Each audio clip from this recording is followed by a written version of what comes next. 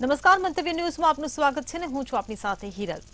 NTA supreme કોર્ટના આદેશ મુજબ મેડિકલ પ્રવેશ પરીક્ષા નીટ યુજી 2024 કેન્દ્ર મુજબ અને શહેર મુજબનું પરિણામ જાહેર કર્યું છે। પરિણામ એનટીએ નીટની સત્તાવાર વેબસાઇટ પર જાહેર કરવામાં આવ્યું હતું। જો કે સુપ્રીમ કોર્ટે વિદ્યાર્થીઓની ઓળખ ગુપ્ત રાખવા પણ કહ્યું હતું। આ સાથે જ એમ પણ કહ્યું હતું કે પેપર લીક માત્ર પટના અને હજારીબાગના કેન્દ્રો સુધી જ મર્યાદિત છે। તેની ખાતરી કરવા માટે પરિણામોના સંપૂર્ણ ડેટાનું વિશ્લેષણ કરવું ખૂબ જ મહત્વપૂર્ણ છે।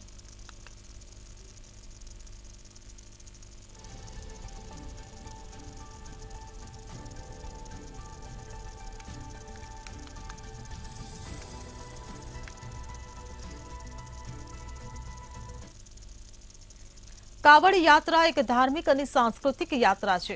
આગામી 22મી જુલાઈથી સાવન મહિનો શરૂ થઈ રહ્યો છે, ત્યારે શ્રદ્ધાળુઓ ભગવાન શિવના આશીર્વાદ લેવા માટે કાવડિયાઓએ મુઝફ્ફરનગરથી પગપાળા યાત્રા શરૂ કરી છે। આ યાત્રા હિન્દુ ભક્તો દ્વારા ભગવાન શિવની પૂજા કરવા માટે કરવામાં આવે છે। કાવડ યાત્રા શ્રાવણ મહિનામાં કરવામાં આવે છે, જ્યારે ભક્તો ગંગા નદીમાંથી પવિત્ર જળ એકત્રિત કરવા અને શિવલિંગને અર્પણ કરવા વિવિધ શિવ મંદિરોમાં જાય છે।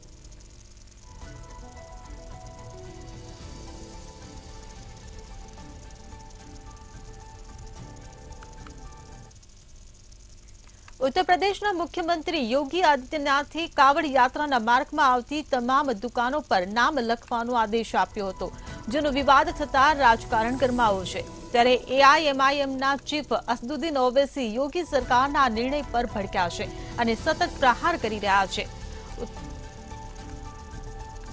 उत्तर प्रदेश सरकारના નિર્ણય પર સવાલો ઉઠાવ્યા છે। અસદુદ્દીન ઓવૈસીએ એક મીડિયા રિપોર્ટ શેર કરતા સોશિયલ મીડિયા પર લખ્યું કે યુપીના કાવડ માર્ગો પર ડર છે। આ ભારતીય મુસલમાનો પ્રત્યે નફરતની હકીકત છે। આ ઊંડી નફરતનો શ્રેય રાજકીય પાર્ટી અને હિન્દુત્વના નેતાઓ તેમજ કથિત બનાવટી ધર્મનિરપેક્ષ પાર્ટીઓને જાય છે।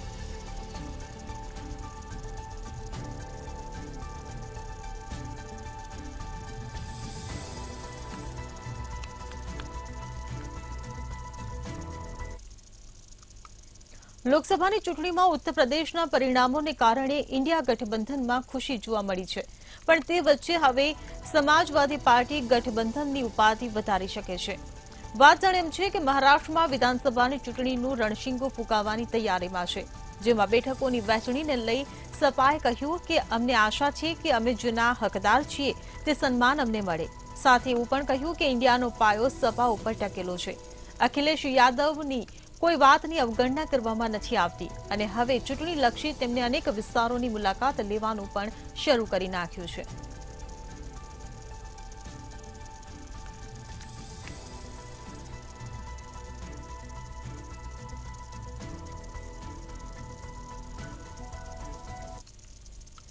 ઈડીએ સોનીપત જિલ્લામાંથી કોંગ્રેસના ધારાસભ્ય સુરેન્દ્ર પવારની ધરપકડ કરી છે। આ ધરપકડ મોડી રાત્રે થઈ હતી। ઈડીની ટીમે ગેરકાયદે ખનન મામલે ધારાસભ્ય સુરેન્દ્ર પવારની ધરપકડ કરી હતી। પવાર પર યમુનાનગર વિસ્તારમાં મોટા પાયે ગેરકાયદેસર ખનન કરવાનો આરોપ છે, ત્યારે ઈડીએ સુરેન્દ્ર પવારને રિમાન્ડ માટે અંબાલાની વિશેષ અદાલત લઈ જવાની કાર્યવાહી હાથ ધરી છે। આ કેસ યમુનાનગર વિસ્તારમાં સિન્ડિકેટ દ્વારા આશરે ₹400 થી 500 કરોડના ગેરકાયદે ખનન સાથે જોડાયેલો છે। ગયા વર્ષે હરિયાણા પોલીસે પવાર અને અન્ય લોકો વિરુદ્ધ ગેરકાયદે ખનન કામના સંબંધમાં ઘણી એફઆઈઆર નોંધ્યા પછી ઈડીએ તપાસ હાથ ધરી હતી। અગાઉ ઈડીએ આ કેસમાં દિલબાગસિંહ અને કુલવિંદરસિંહની ધરપકડ કરી ચૂકી છે।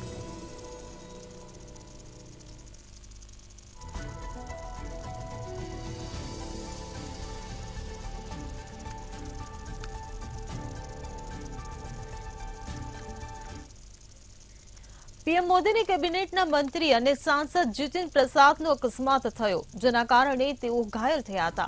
કેન્દ્રીય મંત્રી તેમના સંસદીય ક્ષેત્ર પીલીભીતના પ્રવાસે હતા। આ દરમિયાન મંત્રીની કાર કાફલામાં ચાલી રહેલા વાહન સાથે અથડાઈ હતી, ત્યારે જીતેન પ્રસાદની સાથે રસોઈયા અને ખાનગી સચિવ પણ ઘાયલ થયા છે। તો માર્ગમાં ક્ષતિગ્રસ્ત થયેલા વાહનને કેન્દ્રીય મંત્રી સ્થળ પર છોડી અન્ય વાહનમાં કાર્યક્રમ માટે રવાના થયા હતા। આ ઘટના મજુલા વિષ્ટી રોડ પર સ્થિત બહુરા ગામમાં બની હતી। જીતેન પ્રસાદને માથામાં સામાન્ય ઈજા થઈ છે।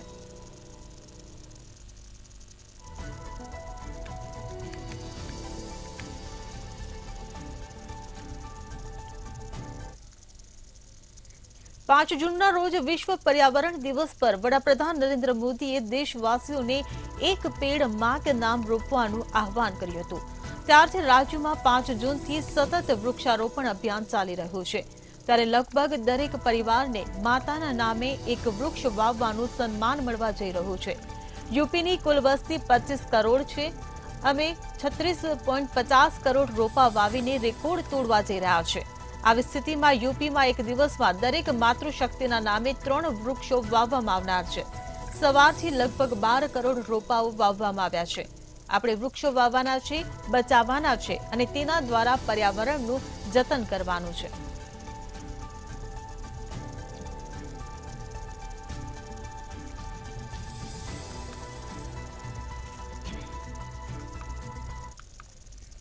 ગઈકાલે માઇક્રોસોફ્ટના સર્વરમાં સર્જાયેલી ખામીના કારણે દુનિયાભરમાં વિન્ડોઝથી ચાલતી કમ્પ્યુટર સિસ્ટમ ઠપ્પ થઈ ગઈ હતી. જેના કારણે ગુજરાતમાં પણ ઉદ્યોગો સહિત એરલાઇન્સ, બેન્કિંગ સેવા, ticket booking, web check-in, boarding pass વગેરે સેવાઓ થંભી ગઈ હતી. ત્યારે માઇક્રોસોફ્ટના સર્વરમાં સર્જાયેલી આ ખામીને કારણે અમદાવાદ શહેરના સરદાર વલ્લભભાઈ પટેલ ઇન્ટરનેશનલ એરપોર્ટ પર હવાઈ મુસાફરો પરેશાન થયા હતા. આજે પણ માઇક્રોસોફ્ટ આઉટેજની અસર હવાઈ મુસાફરી પર જોવા મળી રહી છે. આજે અમદાવાદ એરપોર્ટથી આવતી જતી મુંબઈ, દિલ્હી, બેંગ્લોરની 9 ફ્લાઇટ રદ થઈ છે. જ્યારે લંડન, કુવૈતની ફ્લાઇટ 2 થી 3 કલાક મોડી પડી હતી.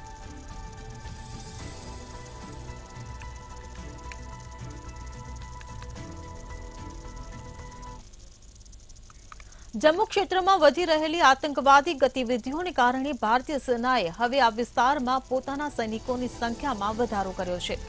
ભારતીય સેનાએ પાકિસ્તાનના 50-55 આતંકવાદીઓનો શિકાર કરવા માટે આ વિસ્તારમાં લગભગ 500 પેરા સ્પેશિયલ ફોર્સ કમાન્ડોને તૈનાત કર્યા છે. આતંકવાદને ફરી જીવંત કરવા માટે આતંકવાદીઓ આ વિસ્તારોમાં ઘૂસ્યા છે. ગુપ્તચર એજન્સીઓએ પ્રદેશમાં તેમની મિકેનિઝમ્સ પણ મજબૂત કરી છે અને આતંકવાદીઓને ટેકો આપતા ઓવરગ્રાઉન્ડ સહિત આતંકવાદી સપોર્ટ ઇન્ફ્રાસ્ટ્રક્ચરને ખતમ કરવા માટે કામ કરી રહી છે. જમીન પર સેનાના અધિકારીઓ નવીનતમ હથિયારો અને સંદેશા વ્યવહારના સાધનોથી સજ્જ આતંકવાદીઓને શોધવા અને તેમને નષ્ટ કરવાની વ્યૂહરચના પર કામ કરી રહ્યા છે.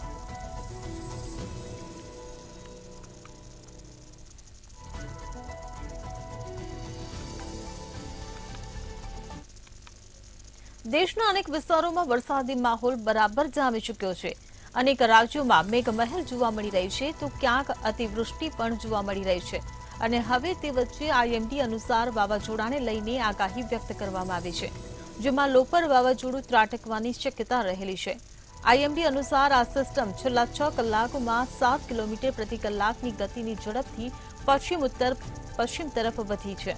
5 દિવસ દરમિયાન ગોવા, મધ્ય મહારાષ્ટ્ર, તેલંગાણા, દક્ષિણ આંતરિક કર્ણાટક, તટીય કર્ણાટક અને વિદર્ભમાં અલગ અલગ સ્થળો પર ભારે વરસાદ પડવાની શક્યતા છે. આ સિવાય એક ચક્રવાતી પરિભ્રમણ ઉત્તર પૂર્વ અરબી સમુદ્ર અને સૌરાષ્ટ્ર વિસ્તારને અસર કરી રહ્યું છે.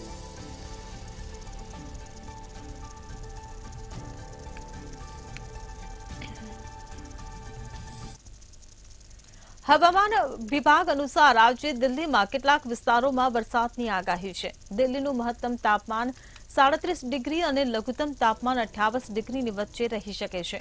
હવામાન વિભાગે ઉત્તર પ્રદેશમાં વરસાદને લઈને એલર્ટ જાહેર કર્યું છે.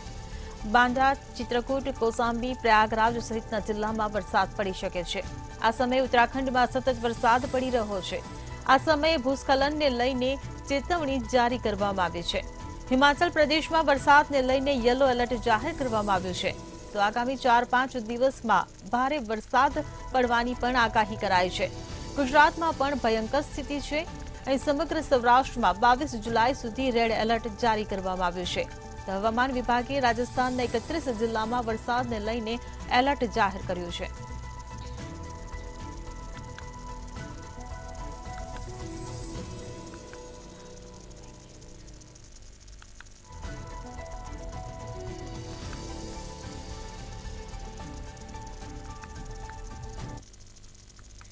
દેશભરના અનેક રાજ્યોમાં વરસાદી માહોલ જામ્યો છે. ત્યારે આજે વહેલી સવારથી મહારાષ્ટ્રની રાજધાની મુંબઈમાં વરસાદી માહોલ જામ્યો છે, જેના કારણે મુંબઈ અલગ અલગ વિસ્તારોમાં પાણી ભરાઈ ગયા છે. જો કે વરસાદને કારણે ટ્રાફિકને ભારે અસર પહોંચી છે. અંધેરી સબવેમાં પણ 5 ફૂટ સુધી પાણી ભરાઈ ગયું હતું, જેના કારણે સબવે બંધ કરી દેવામાં આવ્યો હતો. તો બીજી તરફ લોકોના ઘરમાં પાણી ભરાતા લોકોને ભારે હાલાકીનો સામનો કરવો પડી રહ્યો છે.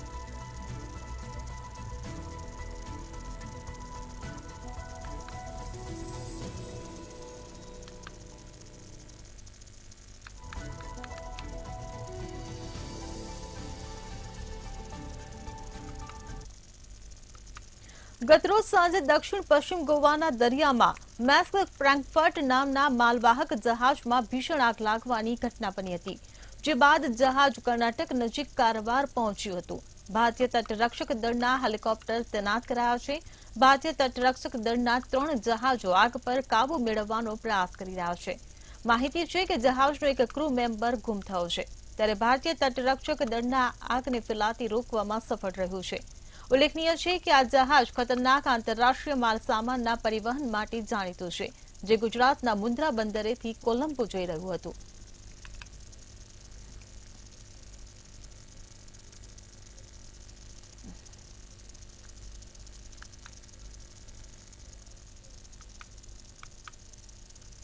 વિશ્વના સૌથી ઊંચા રેલવે આરે પુલ પર ટ્રેન દોડાવવાનું સપનું પૂર્ણ થવાના આરે છે. જો બધું બરાબર રહ્યું તો 15 ઓગસ્ટ સુધીમાં રિયાસીથી કાશ્મીર સુધી ટ્રેનમાં મુસાફરી કરી શકાશે. આ માટે સલામતી ટ્રાયલ લગભગ પૂર્ણ થઈ ગઈ છે. રિયાસીમાં નવા બનેલા રેલવે સ્ટેશન પર તૈયારીઓ કરવામાં આવી છે. હવે માત્ર રેલવે મંત્રાલયના ગ્રીન સિગ્નલની રાહ જોવાઈ રહી છે. આ સેવા શરૂ થવાથી મુસાફરો કાશ્મીરના રિયાસીથી બારામુલા સુધી મુસાફરી કરી શકશે. આ પ્રોજેક્ટ વ્યૂહાત્મક રીતે મહત્વપૂર્ણ ઉધમપુર શ્રીનગર બારામુલ્લા રેલવે પ્રોજેક્ટનો એક ભાગ છે. તેમાંથી મોટાભાગનું કામ પૂર્ણ થઈ ગયું છે. બારામુલ્લાથી શ્રીનગર થઈને જમ્મુ ડિવિઝનના રામબન જિલ્લાના સંગલદાન સ્ટેશન સુધી ટ્રેનની કામગીરી શરૂ થઈ ગઈ છે. ત્યારબાદ કટરા અને રિયાસી વચ્ચે 17 કિલોમીટરના અંતરે કામ ચાલી રહ્યું છે. આ વર્ષે કાશ્મીર રેલવે દ્વારા કાશ્મીરને દેશ સાથે સંપૂર્ણપણે જોડવામાં આવશે.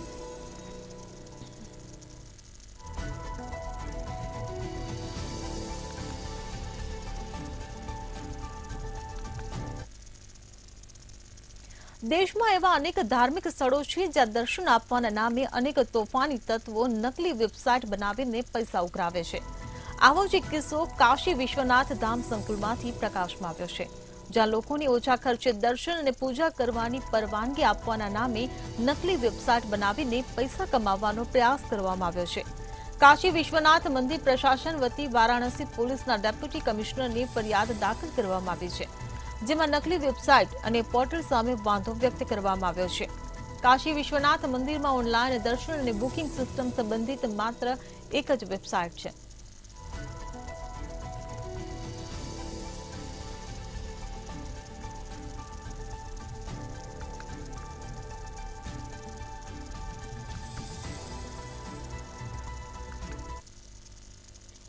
વિવિધ પ્રજાતિઓમાં ઉદ્ભવતા નવા ઝૂનોટિક રોગો વર્ષ 2030 સુધીમાં બીજી મહામારી તરફ દોરી શકે છે. આબોહવા પરિવર્તન અને પર્યાવરણમાં સતત બદલાવને કારણે પ્રજાતિઓના રહેઠાણ વિસ્તારોને અસર થઈ છે. પ્રાણીઓથી માણસોમાં એટલે કે ઝૂનોટિક સ્પિલઓવરમાં રોગો ફેલાવવાનું જોખમ વધી ગયું છે. વિશ્વમાં હાલમાં 17 લાખ અજાણ્યા વાયરસ છે, જે ગંભીર ચિંતાનો વિષય છે, જેમ કે જમીનના ઉપયોગમાં ફેરફાર, જંગલોનો વિનાશ, વસવાટનું નુકસાન, વધતું શહેરીકરણ, વન્યજીવનની હેરફેર અને અસંતુલિત ખેતી નવા ઝૂનોટિક રોગોના ઉદ્ભવ અને ફેલાવાનું જોખમ વધારે છે. આગામી 3 દાયકામાં બીમારીઓ 12 ગણા વધુ લોકોનો જીવ લઈ શકે છે. વૈશ્વિક સ્તરે ઉભરતા ચેપી રોગોમાંથી આશરે 60% ઝૂનોટિક છે. ઝૂનોટિક સ્પિલઓવરની ઘટનાઓ વાર્ષિક ધોરણે 5 થી 8% વધી રહી છે.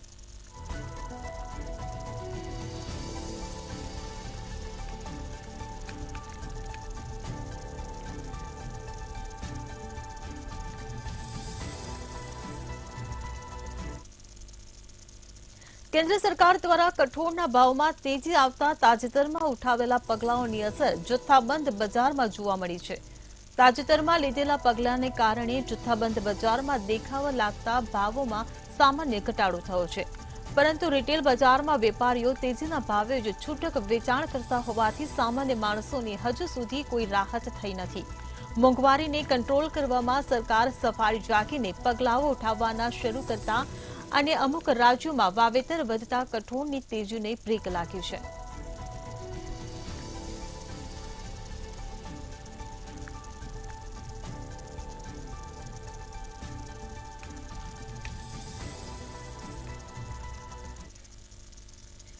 બાંગ્લાદેશમાં હિંસક વિરોધને કારણે સ્થિતિ અત્યંત નાજુક છે. અત્યાર સુધીમાં 105 લોકોના મોત થયા છે.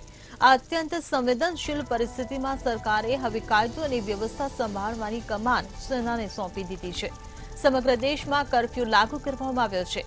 બાંગ્લાદેશમાં સરકારી નોકરીઓમાં અનામતને લઈને હિંસા તીવ્ર બન્યા બાદ દેશભરમાં કર્ફ્યુ લાદવામાં આવ્યો હતો અને સેના તૈનાત કરવામાં આવી હતી. દેશમાં કોઈપણ પ્રકારની રેલી સરઘસ પર પ્રતિબંધ લગાવી દેવામાં આવ્યો છે. પોલીસે પ્રદર્શનકારીઓ પર ગોળીબાર કર્યો અને ટીયર ગેસના સેલ પણ છોડ્યા હતા. દેશમાં ઇન્ટરનેટ અને મોબાઈલ સેવાઓ બંધ છે.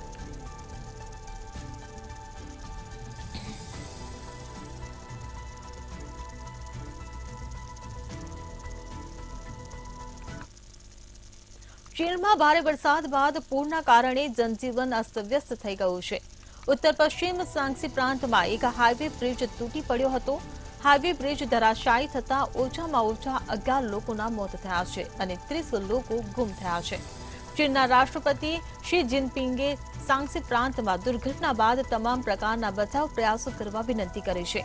ચીન હાલમાં ભારે તોફાન અને પૂરની ઝપેટમાં છે.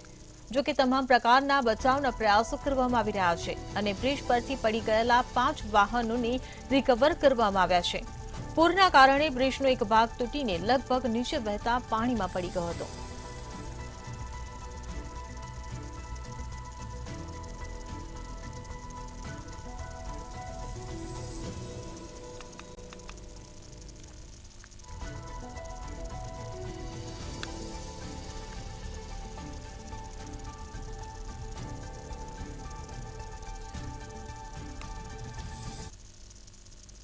સૌરાષ્ટ્રમાં વરસી રહેલા અવિરત વરસાદે તારાજી સર્જી છે. અનેક વિસ્તારો પાણીમાં ગરકાવ થયા છે. ખેતરોમાં પાણી ભરાયા, નદી નાળાઓ છલકાયા છે. ક્યાંક પુલ તૂટ્યા તો ક્યાંક લોકો તણાયા, ક્યાંક બોકડાઓ પાણીમાં ગરકાવ થયા, રસ્તાઓ ધોવાયા અને પાણી લોકોના રહેણાંક મકાનોમાં ફરી વળ્યા. આ સાથે લોકોના સાધનો જેવા કે કાર અને બાઇકો પણ પાણીના પ્રવાહમાં તણાયા હતા અને જામનગરના દરેડમાં મંદિરમાં જ પાણીમાં ગરકાવ થયો હોય તેવી સ્થિતિ સર્જાઈ હતી. સમગ્ર સૌરાષ્ટ્રમાં મેઘતાંડવ જોવા મળ્યું હતું.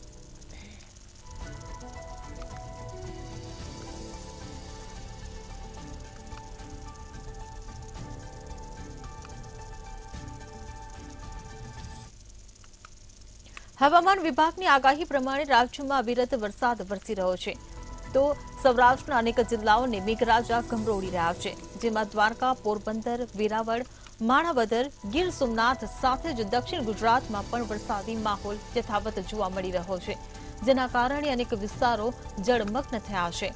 આહલાદક દ્રશ્યો પણ સર્જાયા છે. આ સાથે જ ખેડૂતોની ચિંતામાં વધારો થયો છે તો લોકોને ગરમીમાંથી રાહત મળી છે.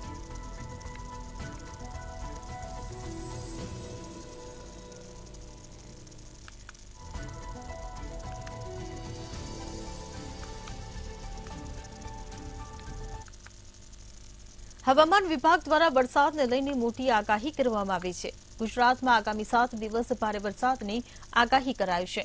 રાજ્યના અનેક વિસ્તારોમાં ગાજવીજ સાથે ભારેથી અતિભારે વરસાદની આગાહી કરવામાં આવી છે. સાયક્લોનિક સર્ક્યુલેશન સિયર ઝોન પેટર્નના કારણે વરસાદ પડશે, જેમાં સૌરાષ્ટ્ર અને દક્ષિણ ગુજરાતમાં ભારે વરસાદની આગાહી કરવામાં આવી છે. તેમજ 55 થી 65 કિલોમીટર પ્રતિ કલાકની ઝડપે પવન ફૂંકાશે. આગામી 5 દિવસ માછીમારોને દરિયો ન ખેડવા માટે પણ સૂચના આપવામાં આવી છે.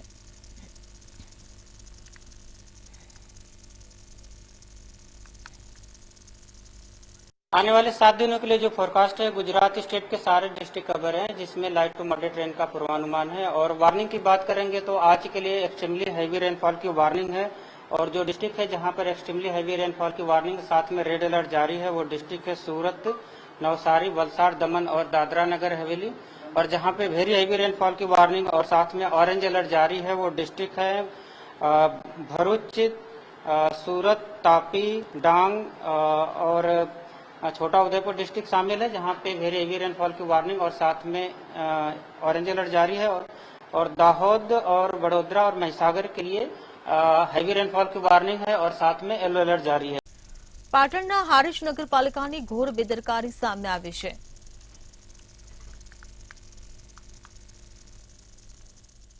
તો પાટણ ઘોર બેદરકારી સામે આવી છે.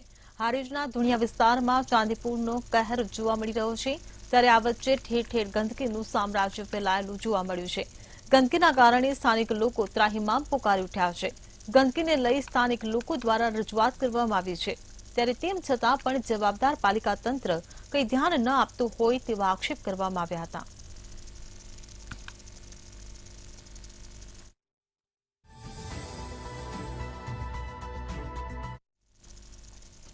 ગાંધીનગર મહાનગરપાલિકાના મેયર અને તેમની ટીમે સરકારની મંજૂરી મળે તે પહેલા જ 10 કમિટીના ચેરમેન અને વાઇસ ચેરમેનોને નિમણૂકો આપી દીધી છે. રાજ્ય સરકારની પૂર્વ મંજૂરી મેળવ્યા વિના જ તાત્કાલિક 10 અલગ અલગ કમિટીના હોદ્દેદારોની નિમણૂકો આપી દેતા મનપા ચકડોળી ચડ્યું હોવાનું મનાઈ રહ્યું છે. કોર્પોરેટરોની અંદર આંતરિક વિખવાદ કાઢવા 20 કોર્પોરેટરોને સાચવી લીધા હોવાનું પણ ચર્ચામાં છે. પરંતુ સરકારની મંજૂરી વિના નિયુક્ત થયેલા કમિટીના ચેરમેન અને વાઇસ ચેરમેન હાલ સત્તા વિહોણા બની ગયા છે. ગાંધીનગર મહાનગરપાલિકાની અંદર કમિટીઓની રચના થઈ ગઈ. અલગ અલગ કોર્પોરેટરોની જવાબદારી પણ સોંપી દેવામાં આવી. જો કે સરકારે હજુ સત્તાવાર ગેજેટ બહાર પાડ્યું નથી, તેમ છતાંય ગાંધીનગર મહાનગરપાલિકામાં અલગ અલગ કોર્પોરેટરોને હોદ્દા આપવામાં આવ્યા. અત્યારે આપણી વચ્ચે મંતવ્યની સાથે સેનેટાઇઝ ડિપાર્ટમેન્ટના એક મહત્વના વિભાગના ચેરમેન અંકિતભાઈ બારોટ આપણી વચ્ચે છે. અંકિતભાઈ, મંતવ્યમાં આપનું સ્વાગત છે. તમે મને એમ જણાવો કે સરકારની પૂર્વ મંજૂરી વગર કમિટી રચના કેવી રીતે થઈ? ગાંધીનગર મહાનગરપાલિકા એક સ્વાયત્ત સંસ્થા છે. સ્વાયત્ત સંસ્થામાં જ્યારે ભૂતકાળમાં સામાન્ય સભા હતી ત્યારે તમામ કમિટીની રચના, એના નિયમો એ બધું સામાન્ય સભામાં બહુમતીથી તમામ કોર્પોરેટરોએ પાસ કરેલું છે. ત્યારબાદ એની આગળની જે પ્રોસેસ છે એના માટે સરકાર સાથે વિચારણા ચાલી રહી છે, અને ચેરમેન અને અન્ય હોદ્દા માટે ભારતીય જનતા પાર્ટીની બહુમતી છે, એટલે પાર્ટી મેન્ડેટ આપી અને નક્કી કરી શકે છે કે આ અમારા ચેરમેન અને વાઇસ ચેરમેન અને સભ્ય અને કમિટી છે. ત્યારબાદની પ્રોસેસ જ્યારે પણ થશે, જ્યારે નવી સામાન્ય સભા મળશે ત્યારે જે પણ બાકીની પ્રોસેસ છે એ થશે. અત્યારે હાલ પાર્ટીએ નક્કી કર્યું છે કે આ અમારા ઉમેદવાર. પણ આપની વાત સાચી, પરંતુ સરકારે હજુ પૂર્વ મંજૂરી આપી નથી, તો તમે સત્તા વિહોણા કહી શકો? સામાન્ય સભામાં મંજૂરી મળી ગયેલી છે. મહાનગરપાલિકા એ સ્વાયત્ત સંસ્થા છે. સરકાર સાથે પરામર્શ પણ ચાલી રહી છે, એટલે મહાનગરપાલિકાના તમામ કોર્પોરેટર ભેગા થઈ અને નક્કી કર્યું હોય એટલે એનું ફોર્મેશન અને એની જે વધારાની જે પ્રોસેસ છે એ આપણે અહીંયા મહાનગરપાલિકા લેવલે જે થતી હતી એ પતાવી દીધી છે. આગળના દિવસમાં જ્યારે પણ સામાન્ય સભા હશે ત્યારે બધા કોર્પોરેટરો સામાન્ય સભામાં ભેગા થઈ અને જે પણ પાર્ટીમાંથી અને સરકારમાંથી સૂચના હશે એ પ્રમાણે આગળ કરીશું. જે બિલકુલ પાટનગરને સ્વચ્છ બનાવવાનો એક સંકલ્પ અંકિતભાઈ તરફથી લેવામાં આવે છે, અને ટૂંક સમયમાં જ મહાનગરપાલિકા આગળની વિધિ વધારશે અને ગતિવિધિ વધારીને તમામ ચેરમેનોને કામ કરતા કરી દેશે. પરંતુ હવે તે સમય ક્યારે આવશે તે તો સમય જ કહેશે. કેમેરામેન વિનોદ રાઠોડ સાથે ઉજ્જવલ વ્યાસ, મંતવ્ય ન્યૂઝ, ગાંધીનગર. હાલ સમાચારોમાં બસ આટલું જ. વધુ સમાચાર માટે જોતા રહો મંતવ્ય ન્યૂઝ. નમસ્કાર.